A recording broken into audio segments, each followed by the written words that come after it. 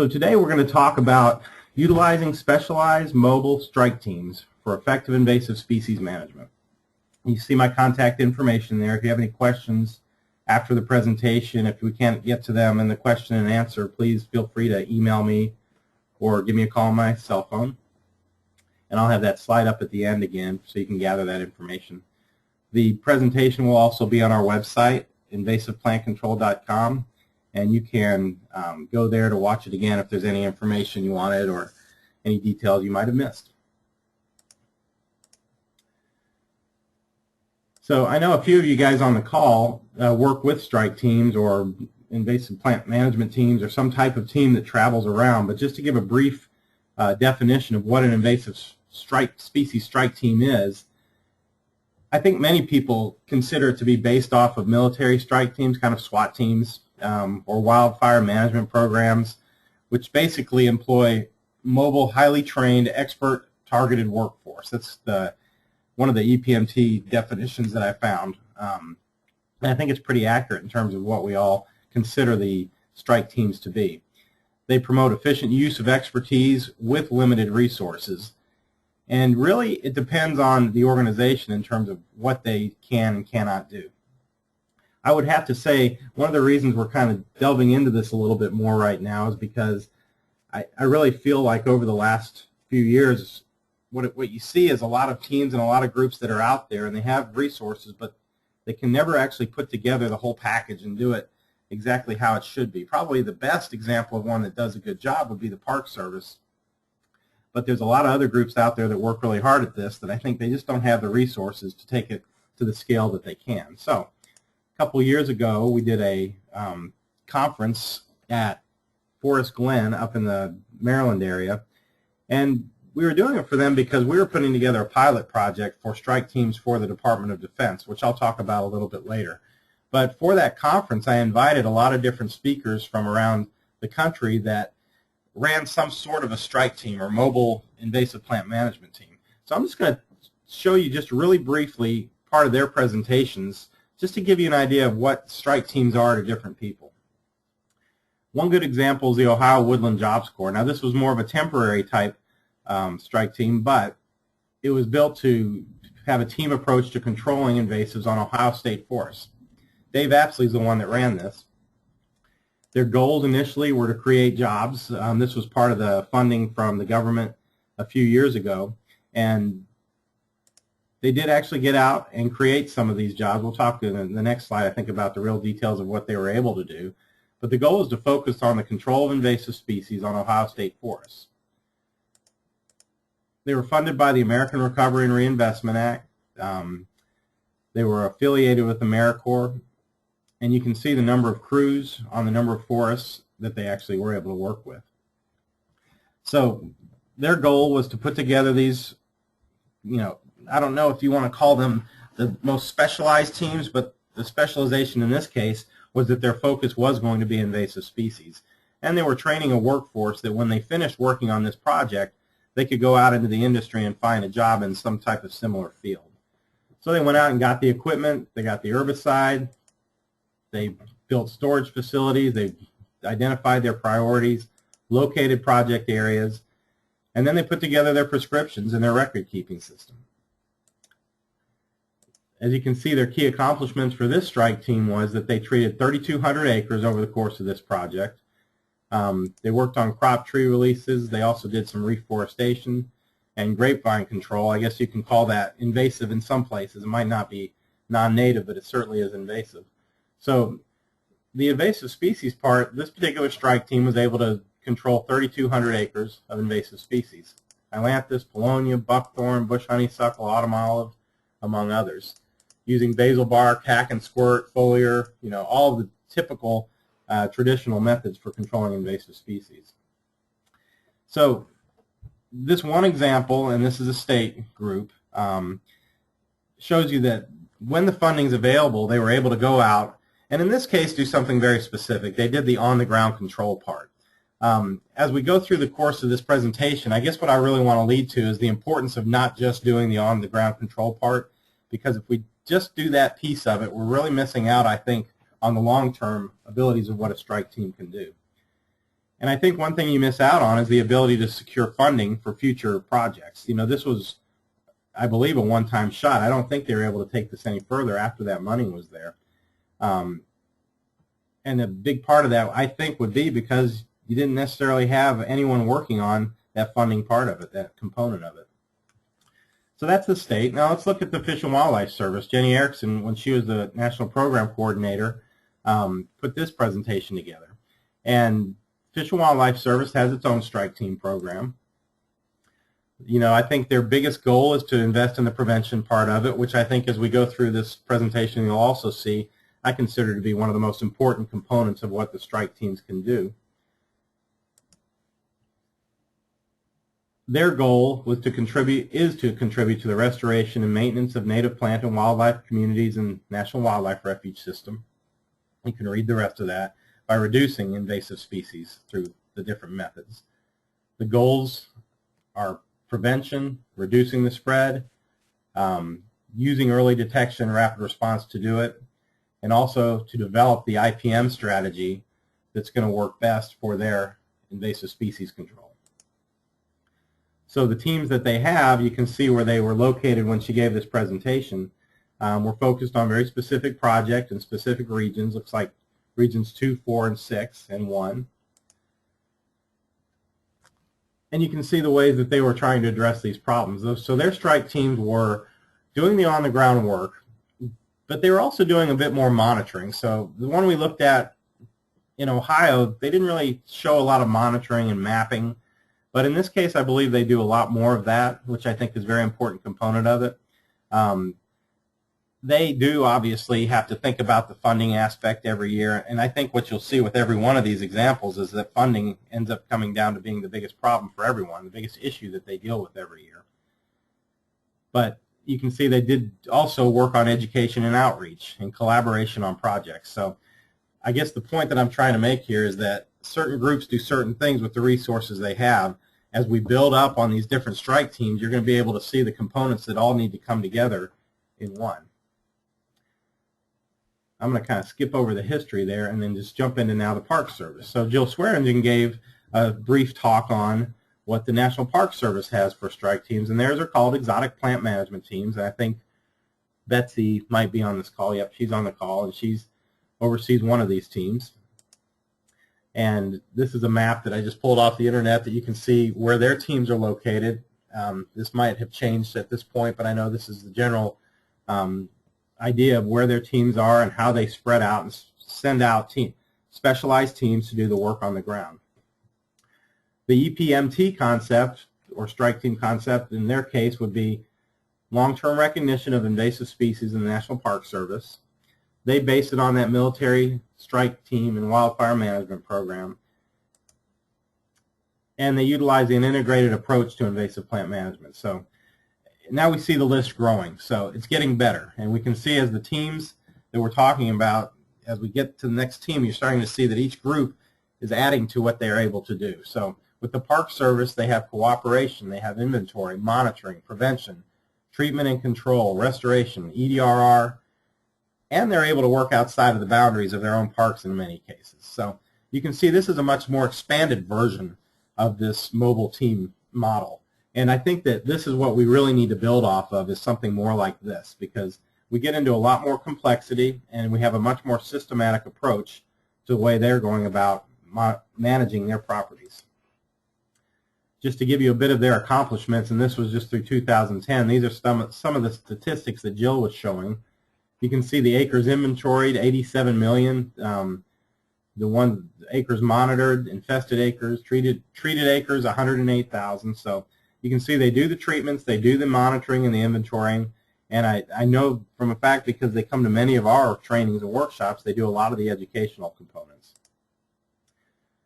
Of course, I think as you get down into this list, you see again with Park Service as well, and I think with just about everybody, one of the biggest obstacles is that limited staff, which comes a lot down to limited funding. Another example at a more local level, a metro level, is the invasive plant strike team for Cleveland, the Cleveland Metro Parks. Jennifer Hilmer gave this presentation in 2011. And she talked about the team that they put together each year. And while they're still smaller scale and they don't do everything the Park Service does, Cleveland Metro Parks does have brochures. They do have educational material.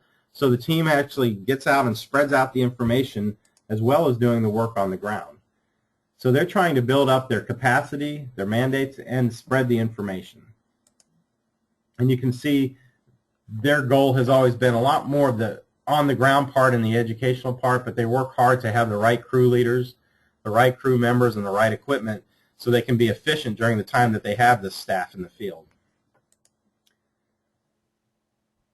And then they have a good process in terms of decision-making on how they get the work done in the field as well. And the results you can see with her nice little loop that she puts here. You have the site goals, the effort, the data-driven results, and the site assessment being the high-value conservation target. And, you know, ultimately, in their case, that ends up to be success, and I believe that ends up being more of the acres covered on the ground. So that'll take us to the next level, which is the county level, which we had someone from Fairfax County come and talk about what type of work they're able to do. And in their case, I kind of stopped with this one because this is where we come into the picture in terms of invasive plant control. IPC was put into the mix here to come in and actually be the contractor for this group. Let me switch over here real quick. Looks like there's a question that I'm unable to bring up. So Betsy, I see you have a question, but I can't seem to bring it up. I'm going to let that go for now, and we can ask that question at the end. But yeah, so Fairfax County contracted out with our company, Invasive Plant Control, to be basically their strike team. And just to briefly touch on the problems that they have, they didn't really understand their species, the patterns, the density. They didn't have a lot of coordinated volunteer events. And again, no source of permanent funding, which made it very difficult for them. There were multiple landowners, inconsistent policies. If you think about a place like Fairfax County, you have hundreds of houses that surround one little park, and every one of those people feel a real ownership to this park. So there was a lot of issues there that you have to deal with in terms of the land managers and the people that own the land around that property. So whatever strike team or whatever model they put into place really had to consider having staff that were able to interact with those type of people. So I kind of see this all as a challenge. We have the different levels. We just talked about, just briefly, we talked about a metro example, a county example. We talked about some federal examples of strike teams and private contracting examples of strike teams. I'm going to get into the details of our strike teams and some of the models that we're putting together right now in terms of trying to improve upon this type of model. But I kind of look at it as how can we pioneer this industry. To me, this is the big next step in the industry, is being able to take an efficient yet very effective and selective crew and put them out and able to have them travel from site to site like the Park Service does and really knock out these invasive species, but also work on all the other components and put as much emphasis on them as they do on the on-the-ground control. And, you know, if you really think about it, it seems like a daunting task, I think, because we always come down to that bottom line of funding.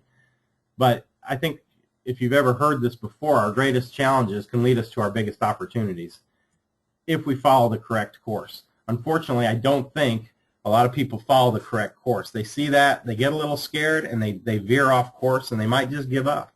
But I think we have that opportunity in front of us, and it's not going away. So we really have to look at it as one of our biggest opportunities. Alfred Marshall, if you deal with economics at all, basically looked at this whole thing and said, it's all about organization. You know, organization is the coordinating factor, which brings the other factors together. So by creatively organizing, we create new commodities or improve the plan of producing an old commodity. In this case, a service on the ground control of invasive plants and everything that goes along with that.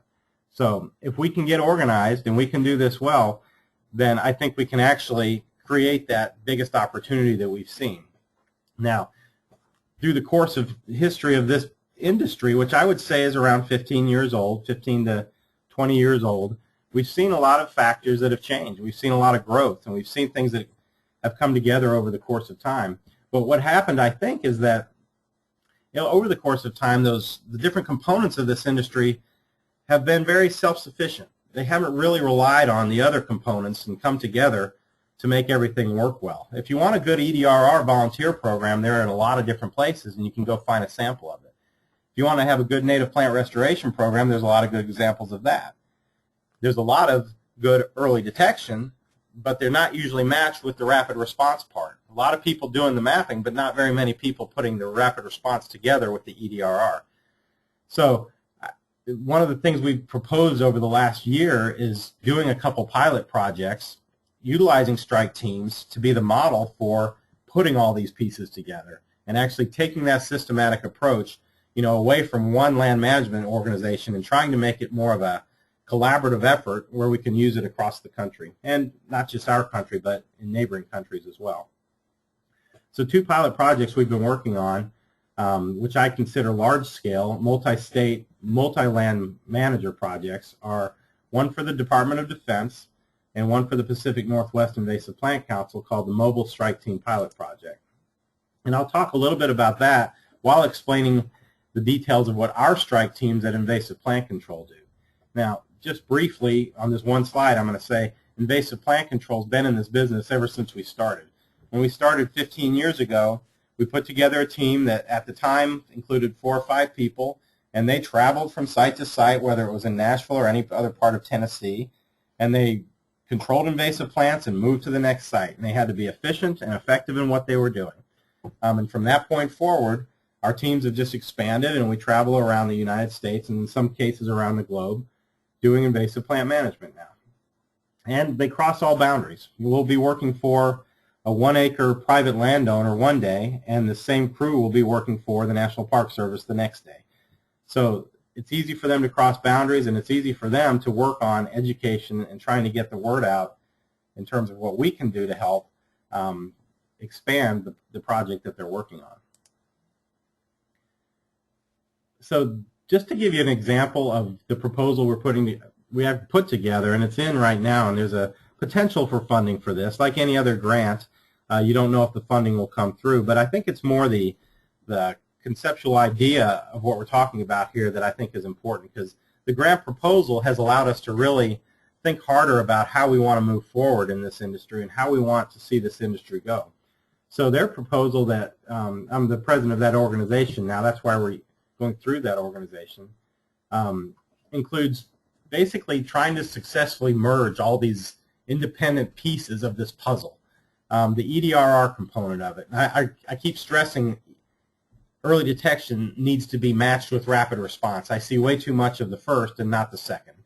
The on-the-ground control component, the restoration with native species component, research and development, education and public awareness, mapping and identification, tracking and monitoring protocols, whatever components are important in this industry that are often separated and not brought together. That's the goal of the PNW IPC proposal.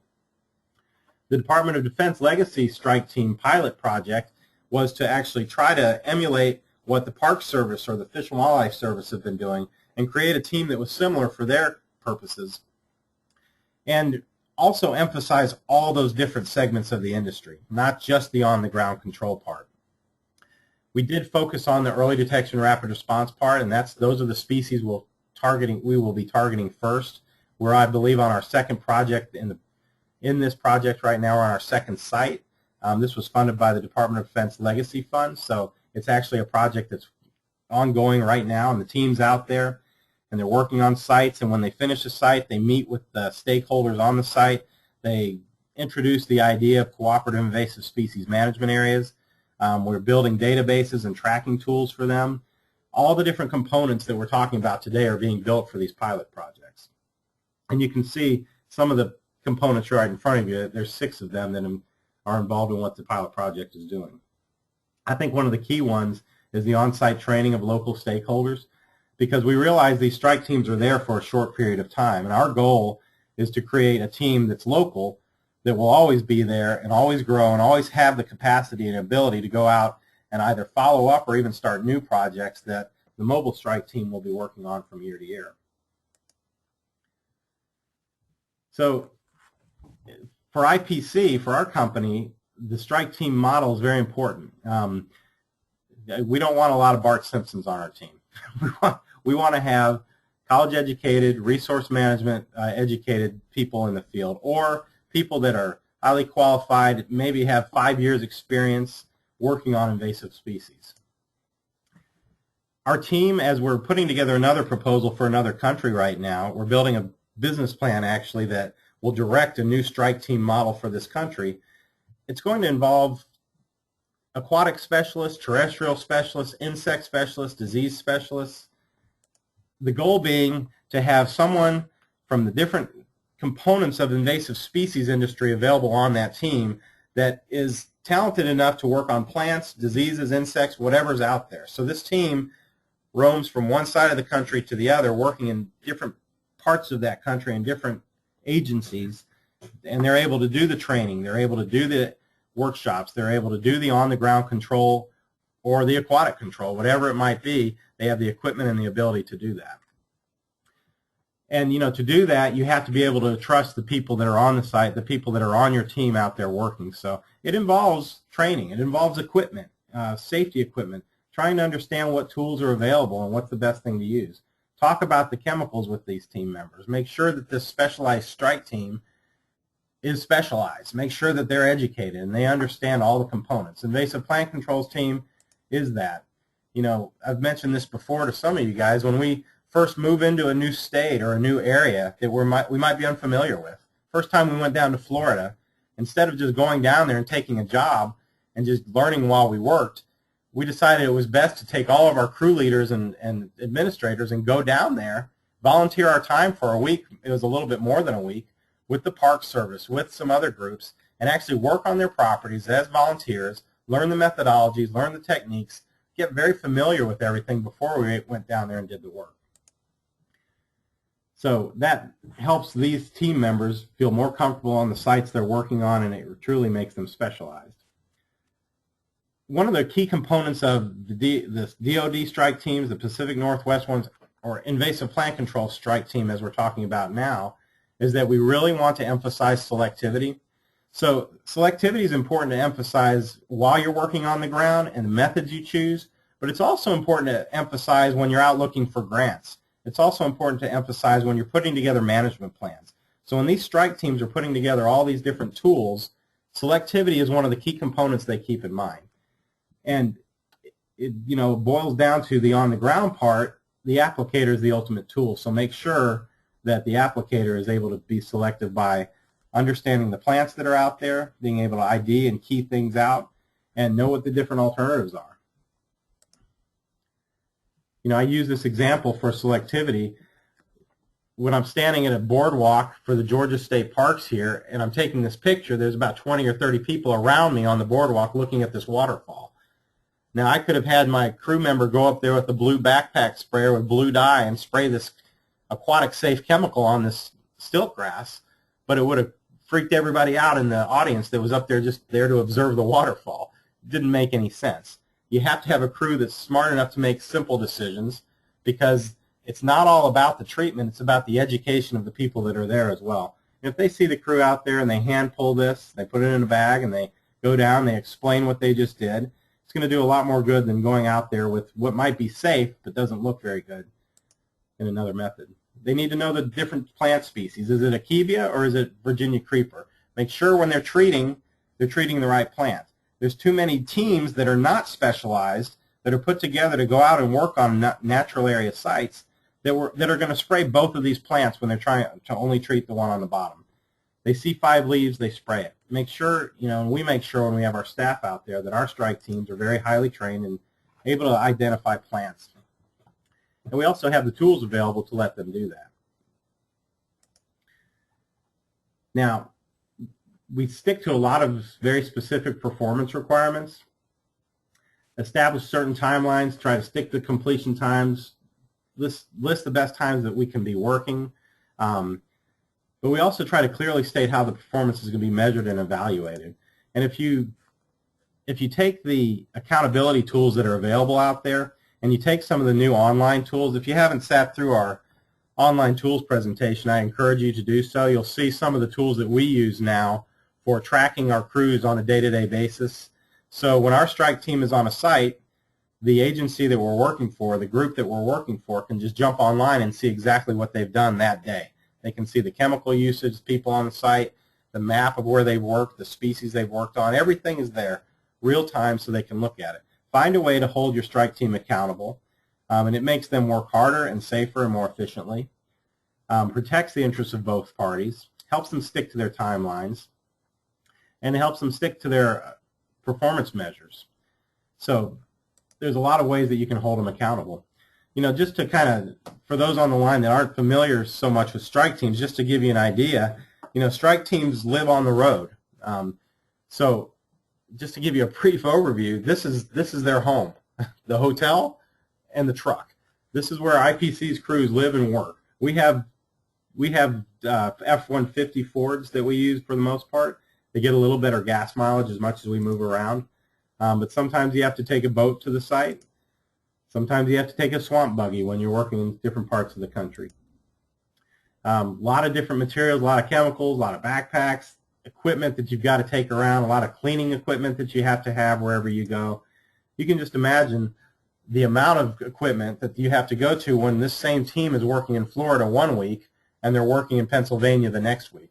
So you have to have a really efficient system in terms of how you're going to go from one spot to the other and do all this work. Lots of times that requires partnerships.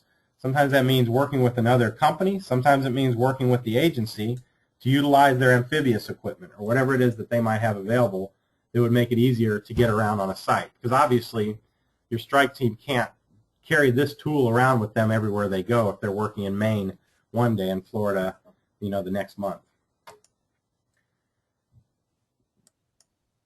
Now, really just look at this list here. I'm going to kind of go through it more with photographs for the rest of the slideshow. But the strike team responsibilities as I see them right now, just a good example of the responsibilities that they have and that we're promoting, especially for this bigger systematic approach to having these strike teams. IPCs need to be responsible for all of these things: education, coordination of SISMAs, which helps develop the future of the program wherever they're working. And it also adds a lot of components into an invasive species management area group because you're able to bring in funding opportunities, bring in partnerships, bring in tools, equipment, whatever it might be. That's a really important component of these groups, the strike teams. The inventory and mapping is something they have to be very familiar with. Do the EDRR, do the rapid response, implement prevention techniques, develop management plans. You can read the rest of that list, and I'm going to go through them very briefly just on the next few slides. So the first one on that list was education, or coordination of SISMA development. They kind of go together in a lot of ways. And you can just see through some of the pictures over the years, some of the groups that we've worked with and we've helped organize to develop education on the grounds we're working on. This, I believe, is Charlotte, North Carolina, Chattanooga, and I believe that's Delaware on the bottom picture. There's Randy and Larry Fowler in an old picture, Dr. Epley, from many years ago, which, SISMAs back then were just called state weed teams, and that's what we were working on developing way back then. But by putting these groups together, you're able to actually build that educational component. You're able to put together the documentation. You're able to send out all the brochures. You're able to get out to the schools.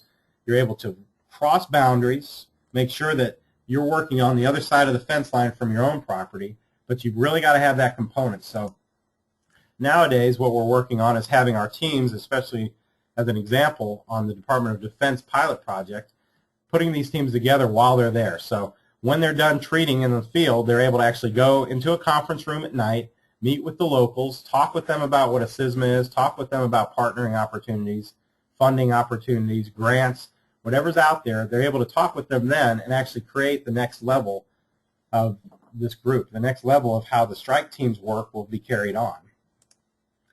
The next one on that list was inventorying, mapping, conducting EDR surveys. So the strike team needs to be able to talk to the locals. They need to develop these organizational skills. They also have to have the skills to go out there and do mapping and inventorying. They need to be able to conduct those EDRR surveys, but they also need to train the local stakeholders how to do the EDRR. So with some of the other online tools we've been working with Chuck at EdMaps with, you're able to use EdMaps and you're able to use some of our new apps that we've developed to put together these EDRR surveys. You can actually get the volunteers involved. So having the crew of your strike team, be able to train people and be able to utilize those skills in the field is a very key component of what we do. And they have to obviously have good plant ID skills. They can't just be someone that's good running a chainsaw. They have to be good at identifying plants and knowing what they're looking at. The next part on that list, the next responsibility of the strike team was to develop, implement, and update management plans. So taking the inventory information, taking the partnering information, let's find a tool that we can put it all into right away. So with our new online management plans that we've been building, our crew can now, while they're in the field, take out their iPhone or their tablet, and this strike team is very capable of writing the management plan while they're out there. So whether the project is an inventory or it's an on-the-ground control project, over the course of time, as different organizations and agencies build up these online tools and they have these online management plans, our crew can just type it all in while they're standing there. They can update the plans. They have the ability, in other words, they have the background to be able to put together a management plan for whatever invasive species they're working on. They can carry along their safety plans on their online tools. They can carry along their handbooks. So the strike team has everything with them. They're a mobile team. They need mobile devices to get them there. You can create all these categories. You can put whatever you want to into these plans, and it's all available right there. You can also, while they're out there, use the plan and some of the IPC Logic, the smart tools that we have. Our strike teams are able to pull those things out now, and when they move from one site to another, if they've been in Kentucky and now they're in Florida, they can pull out their smart tool, IPC Logic, punch in a certain species, and get the optimal control method based on all the years of research. So instead of guesswork and trying to figure things out, they can do most of this stuff themselves because they're capable of doing that. One really key component that we really want to stress with these teams is that our teams are able to implement the prevention techniques.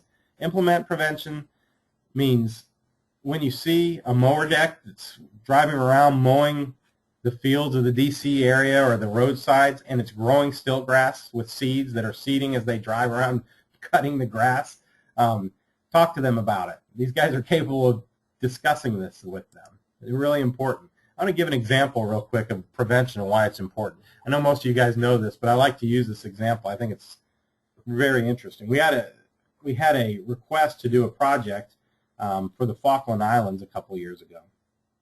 Now, we didn't end up getting to do it. I think a lot had to do with cost, and a lot had to do with the fact that there was a lot of political strife going on down there at the time. And the guy said he'd get back with us when things kind of calmed down. But just as an example of what it took to realize what it would take to get down there, here we are way up here. Falkland Islands are way down here, okay? So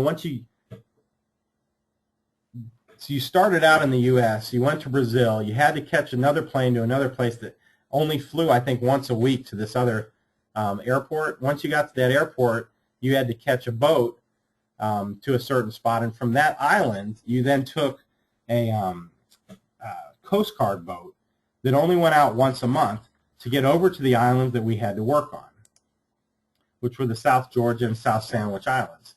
So throughout this proposal, I'm thinking, okay, it's going to cost this much to get from this airport to that airport, this much to catch this ship. The guys are going to have to wait 3 or 4 days to catch this one boat that goes back and forth to the island once a month. Once they get there, they're going to have to be able to get the work done very efficiently because the boat's only going to come back once a month to pick them up and take them back. So get the work done. We had to think about injuries. What if someone got injured and the work didn't get done as quickly? The chemicals you had to bring over there, the equipment you had to carry over there, everything had to be brought over there, okay? And this was this island out in the middle of nowhere. But there used to be a military base there, and there was this one species of plant there, okay?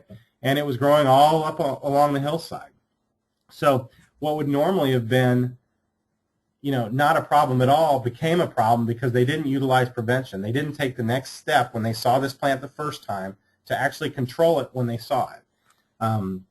Les Meerhoff actually keyed this out and identified it for them, and we were on our way to actually get this stuff prepared to go down there. We'd had the team selected and everything. But the cost to do, I can't remember the exact size of the site anymore, but I think it was around 10 acres, and it would have been just a foliar spray in most cases, and in this case as well. But because of all that we had to do to get down there, this was probably like a $100,000 project that might have normally been a $5,000 project. So prevention is really important. Utilizing examples like this with your crew, helping them understand that when this particular plant, Cardamine flexuosa, is there, teach the land manager about it. Tell them that if it's only going to take a day to control it, because 5 years later, it might take 2 months to control it, and the cost just skyrockets. So prevention is really important with our strike teams. So we focus on education. We focus on a lot of different pieces of prevention. When they're in the field, it might be cleaning their personal gear. When they're putting together a management plan, it might be making sure that the groups that you're working with and the plan you're building include certified soils and gravels, weed-free forage. We look at what Janet Clark and gang put together a long time ago and make sure our staff understand all the different components of this. So when they're working with a stakeholder group in Delaware, they need to be able to talk about never emptying the contents of your aquarium into the water, because it might be a homeowner group that owns a lot of aquariums. Teach the group you're working with. Have your strike team have the ability to do all of these things.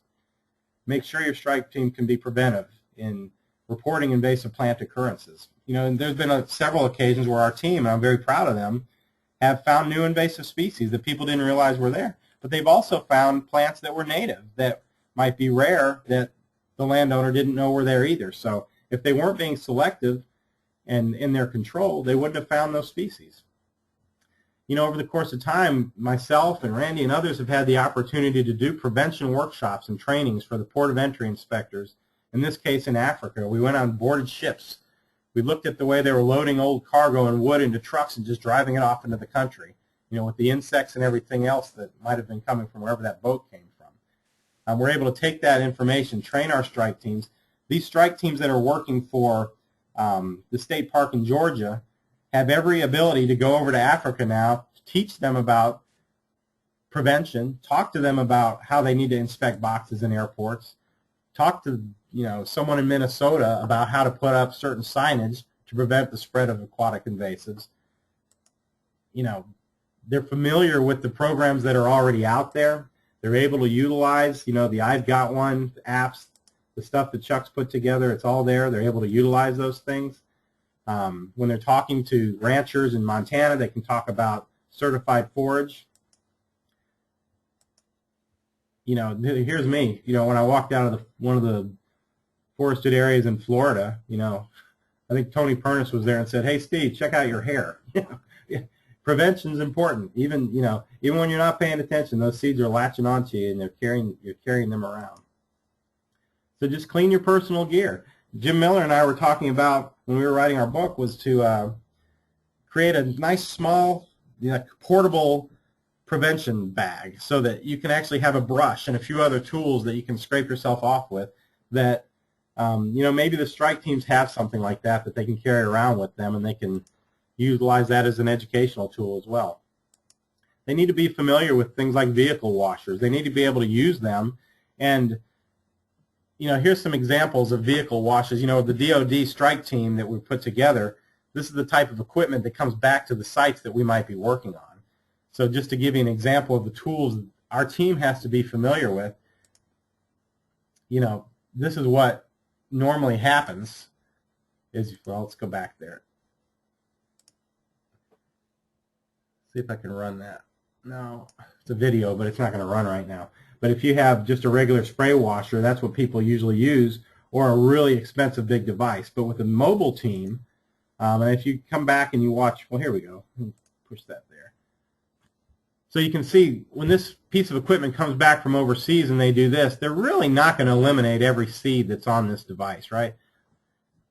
They're going to untake it. But with some of the newer materials that are out there and some of the newer equipment, you're really capable of being able to do this. So our teams, we have to be very able to teach the sites that we go to, the military bases we go to, have to understand that we know the technology that's out there. In this case, you're going to spend $1 million on something like that. But if you come back and watch Jennifer Vollmer's talk, and I think next week, you'll see some of the details of some of the more realistic equipment that a mobile strike team could actually carry with them if they wanted to, or utilize in different regions. So maybe share a piece of equipment like this within a region so that when they're in that region, they're utilizing this mobile cleaning device. Now there's new ones that they were talking about, and Jennifer will talk about. This is one of their older versions, but it works really well. It's portable. You unroll it, you have all the different undercarriage cleaning systems, and it works really well. So our teams, the strike teams, need to understand prevention really well. And if I didn't emphasize that enough, I can go over it again, but I think I did. They really need to know the importance of prevention. So the next thing on the responsibilities list is, what is one of the more important parts of it is providing that on-the-ground control, providing restoration with natives, and providing the monitoring and maintenance. Those were all three on that list. And just to flip through some projects that we work on and our crews have to deal with really quickly, you can see some of the equipment we use, some of the plants we work on. And, this is Paul Richmiller working on a project. I'm not sure where that site is, but you can see he's got the RTV sprayer there. One of his teammates might be carrying a chainsaw or a injection gun on another site, or they'll be using a chainsaw and Japanese honeysuckle on this site. Our teams will go, a pretty broad swath. Paul's team was working for the Hill property one year here in Tennessee. This is where our office is going to be, hopefully in about 4 months, in this center right here. This whole area here is an old growth forest. This over here is a 3,000 acre park, and the railroad tracks are here that separated this private property for years from this big public park. When this went up for sale, when the landowner died, they were going to build apartments here. Well, someone came aware how fragile this forest was, and the Friends group here actually were able to purchase this property. So it's one of the properties we're able to work on. And you can see this area here is an area that we treated. Google Earth was kind enough to take an aerial photo for us right after we did our treatment on all the fescue in this area. So you can see the sites and the stuff that one of our strike teams was working on. The forest here is something we're working on now, working on the invasive species, and in particular the edges. And once we start on this site in full force, we'll be needing to do a lot more of that prevention stuff and actually getting out and educating the other landowners around there. They work on bush honeysuckle there, Chinese privet, multiflora rose, utilizing these types of tools, ATVs with 40 gallons worth of tank capability, nice long hose on the back. The strike team has to have the ability and the training to utilize these tools safely on this hilly terrain. And they have to be selective in what they're doing, because obviously drift or anything going up into that forest is not a good thing. That same strike team might move to Arnold Air Force Base and work on this site next in the airfield. They might be working on the roadsides at Arnold, working on autumn olive. You can see all this stuff that's been planted as wildlife food over the years. Well, now they want to get it out. So the same team has to be able to foliar spray something like this along an edge. They have to really knock out the autumn olive or the honeysuckle, whatever might be growing there. They might move over to the Great Smoky Mountains National Park. So all the other components we've talked about, the education, the mapping, the inventorying, the management plan development, everywhere they're going, they can somehow work into that component if they have to because they have the skill set to do it. When they get to the Smoky Mountains and it's the fall, they're working in different seasons, so different methods and tools are necessary. So you can see the crew that was working here this one year in the fall. Not a bad site to be working in that time of year. But they were dropping down into ravines using chainsaws to cut down mimosa and ailanthus and work on privet and whatever other species were in there. And then the same team will go down to South Florida. And this one year they worked for the South Florida Water Management District. So they got out of all the plants they were used to, and now they're jumping in and working on plants they're not that familiar with. But because they went down, and several of them did training down there in the volunteer work, they were able to identify and really treat well the Melaleuca or the Australian pine or whatever it was that was growing there, Brazilian pepper. And we knew the equipment to bring. We knew that the spray masters worked well for the specific type of hack and squirt that we might be doing, whether it was on Brazilian pepper and we were doing a basil application or a foliar application on the resprouts. Maybe it was Lygodium. A lot of the stuff we did down there was working on sites that were maintenance, so we were retreating what had already been treated the first time, and there was just sprouts that were coming up off the cut stumps. Maybe they were cut too high, and even though you put a chemical on that, it's not always going to kill that plant if you cut it too high. Lygodium. You know, the results, you know, our crews are able to actually get back and see several of the results. We have them take pictures. We make sure they have a camera. They're monitoring. They're photographing. That way, when they're working on a site, you can upload it right to our database, and the client can see the before and after of exactly where they worked on that day. Whatever the species is, they're capable of working on it.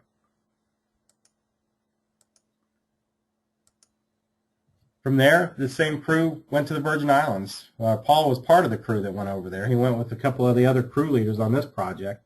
But those guys had to be very capable in all the skill sets we've talked about today. The strike team had to bring everything they had to this project because this involved a lot of logistics, a lot of transportation, a lot of issues, and a lot of plants that they might not have been familiar with before they went there, so they had to come armed with a lot of good information. And you can see from the camera and the pictures that they took, they really did a good job. They worked through these sites. They did a lot of solid treatments, had a lot of good results, worked on limeberry.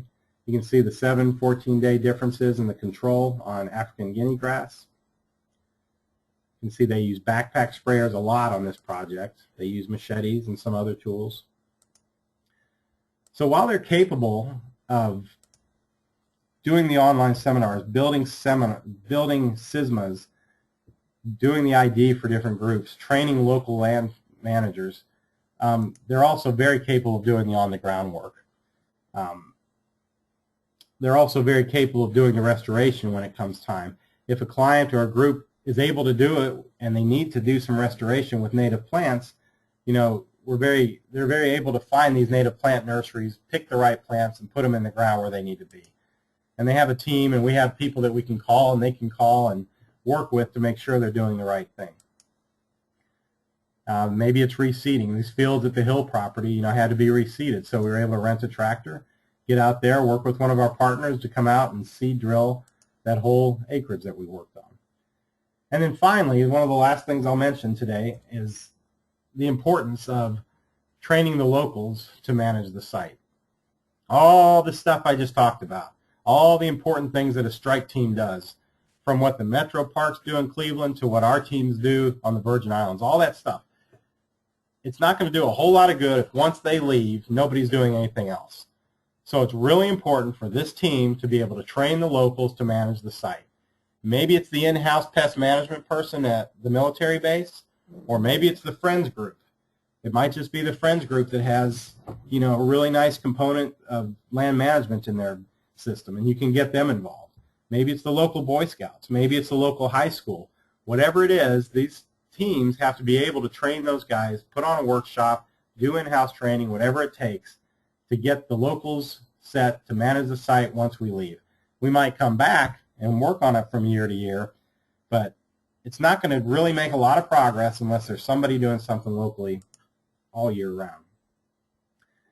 You know, getting them trained includes building these types of tools. One we put together for the Fish and Wildlife Refuge, where we have species flashcards. You can click on that on your iPhone or your tablet and just see all the details of all the species. The volunteers can go out and look at that. You can download apps for these refuges up in those areas. So while the refuges have been trained and they're doing it now the volunteers can do it, and their strike teams, when they come up there, everybody's complementing one another, and it's really important to do. Good example of EDRR up here in Alaska, just kind of to close, I'd always liked this one. They found purple loosestrife in some of their areas in Anchorage. Well, a couple up there that's really good at invasives and just getting the word out, put together a crew. They called the state, they called the groups that were necessary, and they had a big poll one day. And they got the majority of the purple loosestrife out. I'm sure there's still some there, but now people are educated on it. They understand it. So if a strike team gets up there to work on it, they're going to be able to spot these outlying populations and maybe educate the store owner on that loosestrife that's growing in their front property. I'm going to jump through that really quickly because I think that's where we are right now. I think I might have given you PowerPoint poisoning. But hopefully that honestly gives you a good idea of what we consider a specialized mobile strike team. I think when you put all those responsibilities that I just listed into it, you can really understand what it takes to have a good qualified team that can go out there and get the work done. And I always say this to end my talk. You can either go with first class or you can go with coach class. But with first class strike team, you're going to get a lot done, and I think you're going to really pave the road for the future. With coach class, you're going to get some plants controlled, but those plants and those seed banks, they're going to come back next year. We really have to do the best we can with these things with the resources we've got. So with that, I'm going to close the presentation. I will